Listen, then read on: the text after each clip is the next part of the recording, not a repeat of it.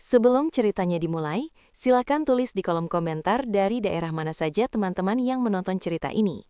Jangan lupa like dan subscribe agar channel ini semakin berkembang dan bisa mempersembahkan cerita yang lebih menarik lagi. Aku tidak pernah membayangkan bahwa suatu hari aku akan merasa begitu kecil di dalam pernikahan yang dulu kuanggap sebagai tempat paling aman. Namaku tidak penting untuk diketahui siapapun. Aku hanyalah seorang perempuan biasa, dibesarkan dalam keluarga sederhana yang mengajarkanku satu hal sejak kecil: setia, bekerja keras, dan bertanggung jawab atas hidup sendiri. Aku menikah dengan pria yang dulu membuatku percaya bahwa cinta bisa menjadi rumah. Ia tidak sempurna, tapi di mataku kala itu, ia cukup. Kami bertemu dalam keadaan sama-sama berjuang. Tidak ada harta berlimpah, tidak ada kemewahan.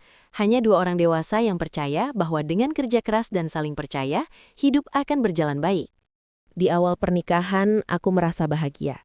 Bukan karena segalanya indah, tapi karena segalanya terasa nyata. Kami bangun pagi bersama, makan sederhana, tertawa karena hal-hal kecil. Aku bekerja, ia bekerja. Jika lelah, kami saling menguatkan. Jika ada masalah, kami bicara. Setidaknya, itu yang kupikir. Aku bukan perempuan yang hanya menunggu diberi. Sejak awal, aku ikut menopang ekonomi rumah tangga. Gajiku bukan untuk gaya hidup, tapi untuk masa depan. Aku mengatur keuangan kami dengan rapi. Bukan karena aku ingin berkuasa, tapi karena suamiku sendiri yang mempercayaiku. Ia bilang aku lebih teliti, lebih sabar dan lebih bisa menahan keinginan. Tabungan kami, administrasi penting, bahkan beberapa aset sederhana, banyak yang tercatat atas namaku. Bukan karena aku memaksa, melainkan karena ia berkata, "Aku percaya sama kamu. Kamu istriku." Kalimat itu dulu membuatku merasa dihargai. Membuatku yakin bahwa aku bukan hanya istri di atas kertas, tapi partner hidup. Aku menjalani peranku dengan sungguh-sungguh, mengurus rumah, bekerja, mengatur keuangan, menjaga nama baik suami dimanapun aku berada.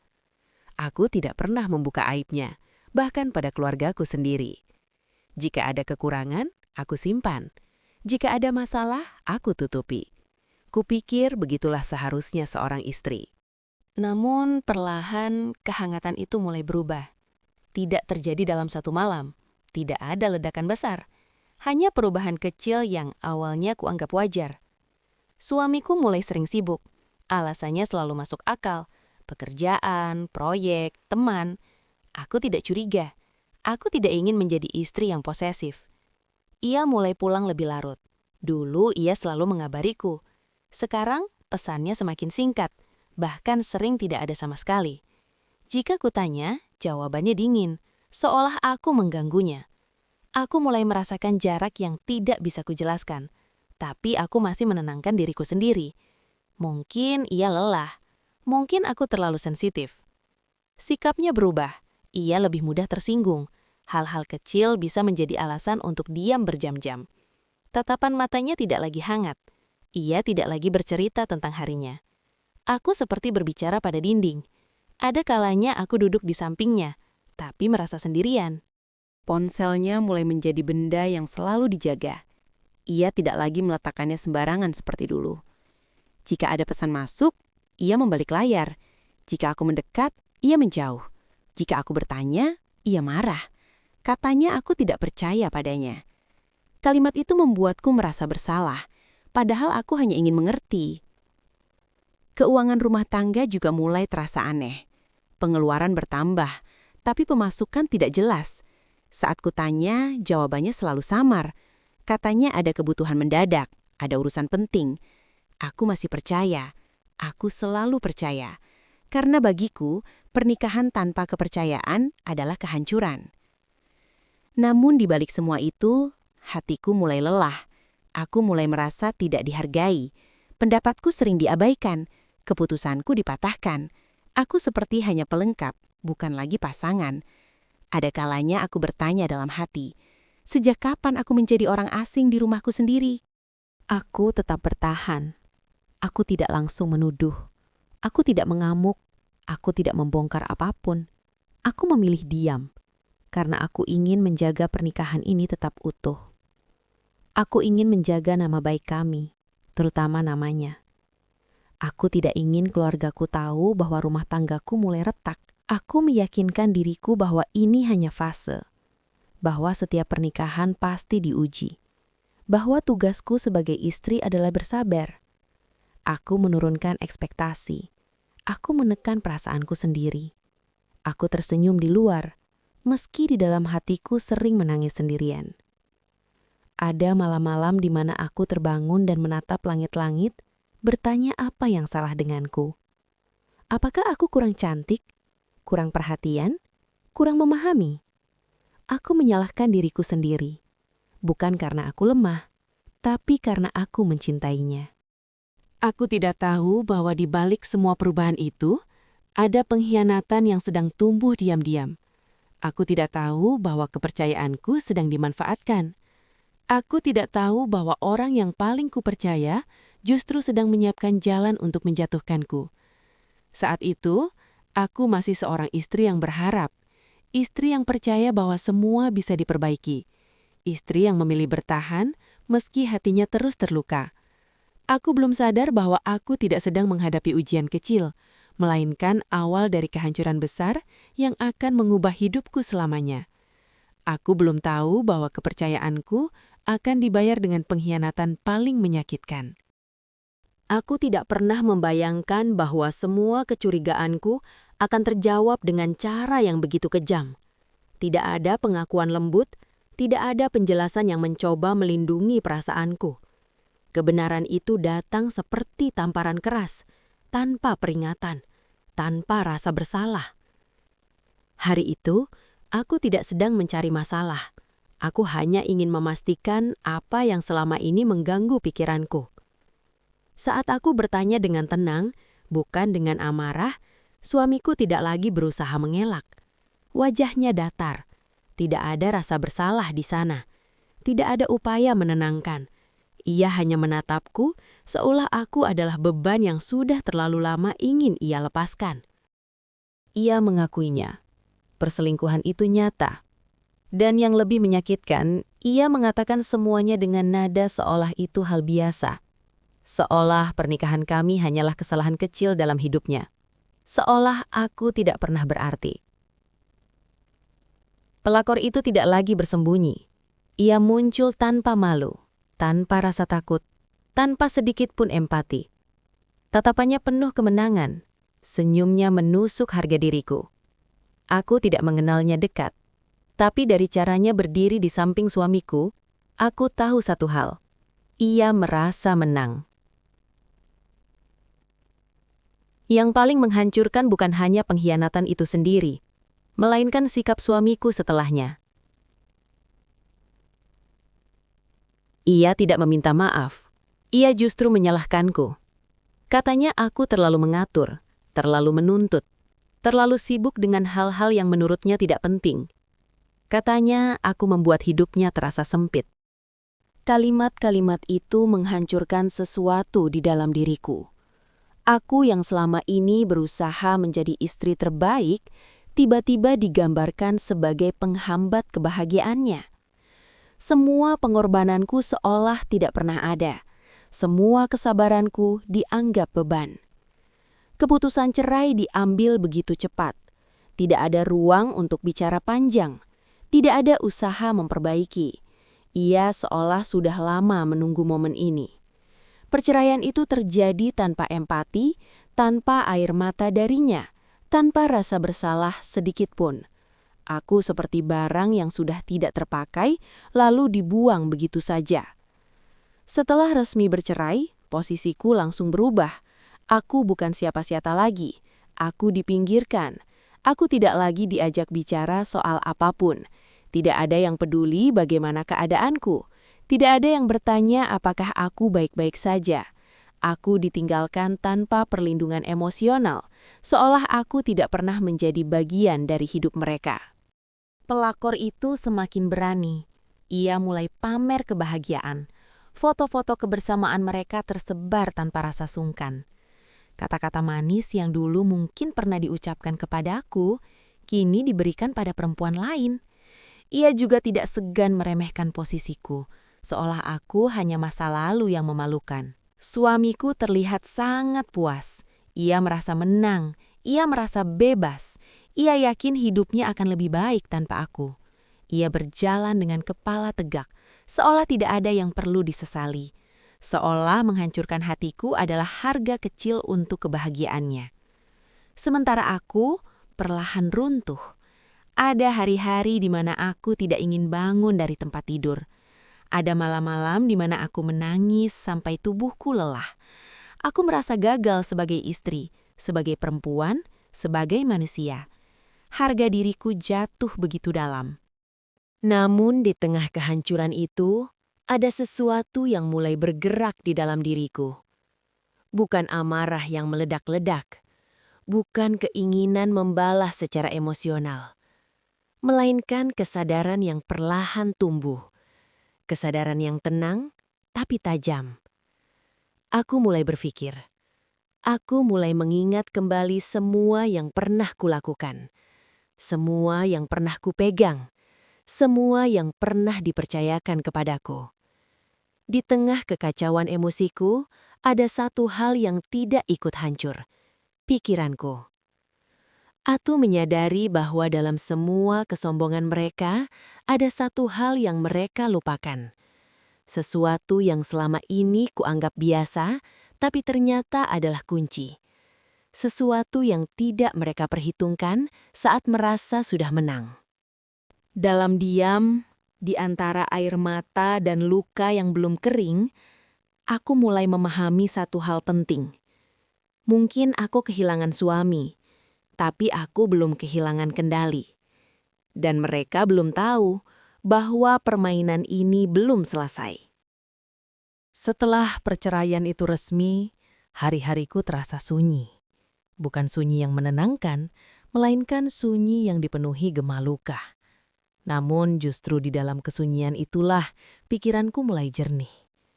Untuk pertama kalinya sejak semua runtuh, aku berhenti menyalahkan diriku sendiri dan mulai melihat kenyataan dengan mata terbuka. Aku mulai membereskan barang-barangku, bukan hanya pakaian atau kenangan, tetapi juga dokumen-dokumen yang selama ini tersimpan rapi di laci. Awalnya aku melakukannya tanpa niat apapun, selain ingin mengalihkan pikiran. Tapi satu persatu kertas itu seolah berbicara padaku, mengingatkanku pada peran yang selama ini kujalani tanpa kusadari betapa besarnya. Aku membuka kembali rekening-rekening lama, membaca ulang nama-nama di sana, melihat tanda tangan yang dulu kulakukan dengan penuh kepercayaan. Aku mengecek catatan keuangan, arsip administrasi, dan semua sistem yang pernah kuatur. Semakin aku menelusuri, semakin jelas satu fakta besar muncul di hadapanku. Banyak akses keuangan itu masih ada di tanganku. Aku terdiam lama saat menyadarinya. Bukan karena terkejut, tapi karena akhirnya aku mengerti. Dalam kepercayaan yang dulu kuberikan sepenuh hati, suamiku tidak pernah benar-benar mengambil alih. Administrasi belum diubah, hak akses belum dialihkan. Banyak hal masih tercatat atas namaku, karena dulu ia merasa aman. Ia yakin aku akan selalu setia. Ia yakin aku tidak akan melawan. Di saat yang sama, aku melihat kehidupan mereka dari kejauhan. Suamiku dan perempuan itu hidup boros.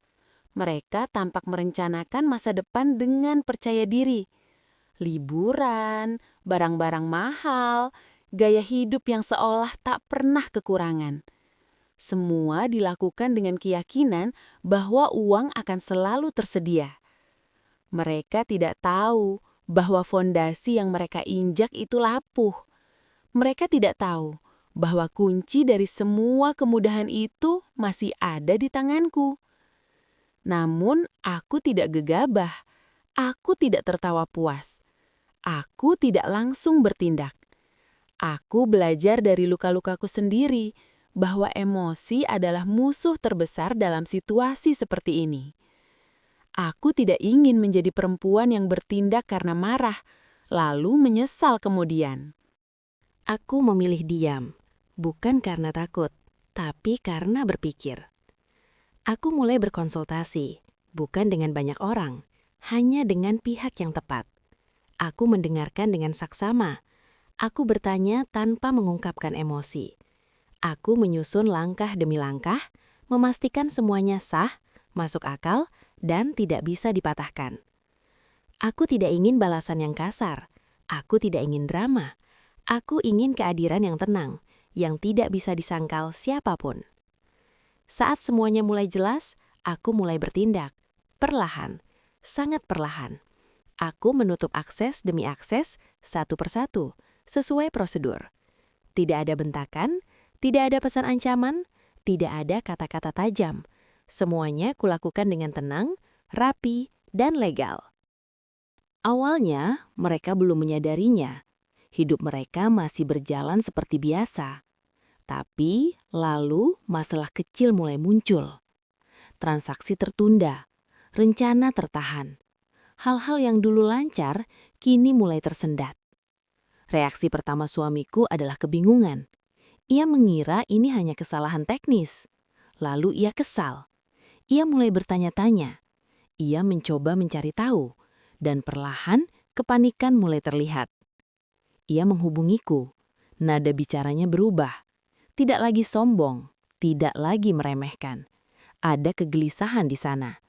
Namun aku tidak menjawab dengan emosi. Aku tidak menyinggung masa lalu. Aku tidak membahas pengkhianatan. Aku hanya menjawab seperlunya. Seperlunya saja. Aku melihat dengan jelas bagaimana rasa aman yang dulu ia rasakan mulai runtuh. Pelakor itu pun mulai gelisah. Senyum percaya dirinya perlahan memudar. Mereka mulai menyadari bahwa ada sesuatu yang tidak beres, tapi belum tahu apa sebenarnya yang sedang terjadi. Dan aku tetap tenang. Untuk pertama kalinya sejak lama, aku merasa memegang kendali atas hidupku sendiri. Bukan karena ingin menghancurkan, tapi karena aku tidak lagi membiarkan diriku diinjak. Mereka belum tahu apa yang sedang menunggu. Mereka belum tahu bahwa semua ini baru permulaan, bahwa apa yang mereka anggap sebagai kemenangan hanyalah jeda singkat sebelum kejatuhan. Dalam diam aku melangkah maju, dan mereka belum menyadari satu hal penting. Permainan ini baru saja dimulai, dan aku bukan lagi perempuan yang sama seperti dulu. Perubahan itu tidak terjadi sekaligus, tapi dampaknya terasa jelas. Hari demi hari, masalah keuangan mulai bermunculan di hidup mereka. Transaksi yang biasanya lancar tiba-tiba ditolak. Rencana yang sudah disusun rapi harus dibatalkan. Janji-janji yang sempat diucapkan dengan percaya diri kini terasa kosong. Awalnya suamiku mencoba bersikap santai. Ia menertawakannya, menyebutnya hanya masalah sementara. Namun dari caranya menarik nafas dan dari tatapan matanya yang mulai gelisah, aku tahu ia sedang berusaha keras menenangkan dirinya sendiri. Rasa aman yang dulu ia banggakan perlahan menghilang. Tak lama kemudian, ia mulai menghubungiku. Pesan-pesan singkatnya tidak lagi dingin seperti dulu. Ada nada mendesak di sana. Awalnya ia mencoba membujuk, mengingatkan masa lalu, seolah semua yang pernah terjadi bisa dihapus begitu saja. Katanya, kita pernah berbagi hidup. Katanya, aku tidak perlu bersikap seperti ini.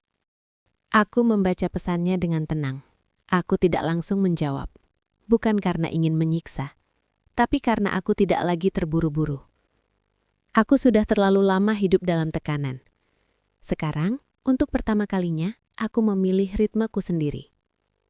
Saat bujukan itu tidak berhasil, nadanya berubah. Ia mulai menyindir, lalu mengancam. Katanya aku keterlaluan. Katanya aku akan menyesal.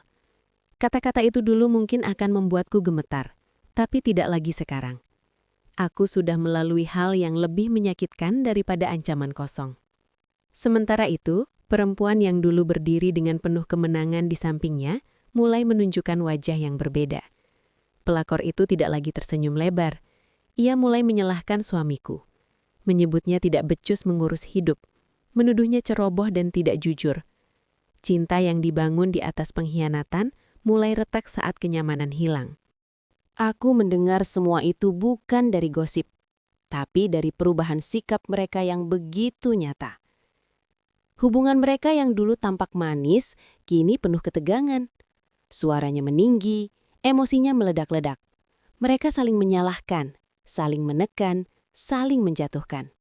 Dan aku tetap tenang. Aku tidak mengirim pesan balasan yang panjang. Aku tidak memamerkan apapun. Aku tidak datang untuk mengejek. Aku hanya melanjutkan hidupku sambil menyiapkan satu hal penting yang akan menjadi titik akhir dari semua ini. Aku mulai mengatur momen puncak. Bukan dengan kemarahan, tapi dengan perhitungan. Aku menghubungi pihak-pihak yang relevan, orang-orang yang memahami situasi secara profesional. Aku memastikan setiap langkahku bersih, sah, dan tidak bisa dipatahkan. Aku tahu, satu pertemuan akan cukup. Satu momen di mana semua kebenaran tidak lagi bisa ditutup-tutupi. Di mana semua topeng akan jatuh dengan sendirinya. Sementara itu, suamiku masih mengira aku adalah mantan istri yang lemah. Perempuan yang bisa ditekan, dibujuk, atau ditakut-takuti. Ia belum sadar bahwa aku bukan lagi orang yang sama. Ia belum mengerti bahwa ketenanganku bukan tanda menyerah, melainkan tanda kesiapan. Aku melihat kepanikan itu semakin jelas. Cara bicaranya semakin tidak terarah. Cara berpikirnya semakin kacau. Ia mulai membuat kesalahan-kesalahan kecil yang menunjukkan betapa tertekannya ia. Dan setiap kesalahan itu semakin mempersempit ruang geraknya sendiri. Dalam diam, aku mengamati semuanya. Aku tidak merasa puas melihat penderitaan mereka. Yang kurasakan justru kelegaan. Kelegaan karena akhirnya aku berdiri di posisi yang seharusnya. Tidak diinjak, tidak diremehkan, tidak lagi menjadi korban. Aku tahu waktunya hampir tiba. Semua sudah siap. Semua sudah tersusun. Tidak ada lagi yang perlu kutambahkan, tidak ada yang perlu kupercepat. Aku hanya menunggu satu momen terakhir. Satu pertemuan yang akan menjadi penutup dari semua luka panjang ini. Dan saat itu tiba nanti, aku tidak akan datang dengan amarah. Aku akan datang dengan ketenangan yang membuat mereka sadar bahwa permainan ini sudah selesai. Aku tahu, satu pertemuan lagi akan mengakhiri segalanya. Hari itu akhirnya tiba. Hari yang selama ini tidak pernah ku kejar dengan amarah. Tapi kutunggu dengan kesiapan. Pertemuan itu berlangsung di tempat yang netral dan resmi. Dihadiri oleh suamiku, perempuan yang kini selalu berdiri di sisinya, serta beberapa anggota keluarga dan pihak terkait yang memang perlu mengetahui kebenaran. Suasananya kaku sejak awal. Tidak ada tawa, tidak ada basa-basi hangat. Semua orang datang dengan beban masing-masing. Aku datang tepat waktu, tidak tergesa-gesa, tidak pula terlambat. Aku mengenakan pakaian sederhana tapi rapi. Tidak ada niat pamer, tidak ada keinginan mencuri perhatian. Namun saat aku melangkah masuk, aku bisa merasakan pandangan mereka tertuju padaku. Mungkin mereka berharap melihat perempuan yang hancur, lemah, dan penuh dendam. Yang mereka lihat justru sebaliknya. Aku duduk dengan tenang. Nafasku teratur, hatiku stabil. Tidak ada gemetar di tanganku. Aku sudah berdamai dengan masa lalu, dan hari ini bukan tentang melampiaskan luka, melainkan menutupnya dengan benar. Suamiku duduk beberapa kursi dariku. Ia terlihat tegang, tapi masih berusaha menjaga wajahnya. Pelakor itu tampak gelisah, jari-jarinya tidak berhenti bergerak. Aku tahu, jauh di dalam hati mereka, ada ketakutan yang tidak bisa lagi disembunyikan. Tak lama kemudian, pria itu muncul. Pria yang selama ini tidak pernah mereka perhitungkan. Ia bukan orang sembarangan. Sikapnya tenang, pembawaannya profesional. Ia memperkenalkan diri dengan singkat, lalu langsung pada inti. Saat itulah aku melihat perubahan wajah suamiku secara perlahan. Satu persatu fakta dibuka. Dengan bahasa yang jelas, dingin, dan tidak memihak. Tentang aset yang selama ini mereka kira aman. Tentang hak yang seharusnya dipenuhi. tentang kesalahan administratif dan keputusan-keputusan ceroboh yang dibuat tanpa perhitungan matang. Setiap kalimat seperti menekan dada suamiku semakin dalam. Wajahnya memucat, bukan karena marah, tapi karena sadar. Sadar bahwa semua yang selama ini ia anggap sudah selesai, ternyata baru saja dimulai kembali dari titik yang paling ia takutkan. Pelakor itu menatap ke sekeliling, mencoba mencari celah, tapi tidak menemukannya. Kepanikannya terlihat jelas. Tidak ada lagi senyum kemenangan di sana. Ruangan itu sunyi. Tidak ada yang berani menyela. Kebenaran tidak pernah membutuhkan suara keras untuk menghancurkan kebohongan. Ia cukup diucapkan dengan jelas, dan semua akan runtuh dengan sendirinya. Saat pria itu selesai berbicara, semua mata tertuju padaku. Mungkin mereka menunggu ledakan, menunggu kata-kata tajam, menunggu aku melampiaskan semua yang pernah kurasakan. Tapi aku tidak melakukannya. Aku berdiri. Aku berbicara singkat. Tidak ada hinaan, tidak ada makian. Aku hanya menyampaikan apa yang perlu disampaikan, dengan nada datar dan tegas. Aku tidak mengulang luka. Aku tidak membuka aib yang tidak perlu. Aku hanya memastikan satu hal, bahwa aku tidak lagi berada di posisi yang bisa diinjak. Suamiku mencoba bicara. Suaranya bergetar. Ia berusaha membela diri, mencari alasan, menyalahkan keadaan. Tapi kata-katanya terdengar kosong. Tidak ada lagi yang percaya. Bahkan perempuan yang berdiri di sampingnya tidak menatapnya dengan yakin seperti dulu. Aku mendengarkan tanpa menyela. Lalu saat semuanya selesai, aku mengangguk pelan. Tidak sebagai tanda setuju, tapi sebagai tanda bahwa aku tidak membutuhkan penjelasan lagi. Semua sudah jelas. Semua sudah cukup. Aku mengambil tasku, lalu melangkah pergi. Tidak ada drama, tidak ada air mata. Aku berjalan keluar dengan punggung tegak. Setiap langkah terasa ringan, seolah beban yang selama ini menekan dadaku akhirnya dilepaskan. Aku tidak menoleh ke belakang. Aku tidak perlu melihat wajah mereka untuk tahu bahwa segalanya telah berubah. Aku tidak perlu mendengar penyesalan untuk merasa menang. Kemenanganku bukan tentang melihat mereka hancur, tapi tentang diriku yang utuh kembali. Aku kehilangan suami, ya, tapi aku menemukan kembali diriku sendiri. Aku tidak membalas dengan teriakan. Aku membalas dengan kendali. Dan kendali itu membuat mereka kehilangan segalanya.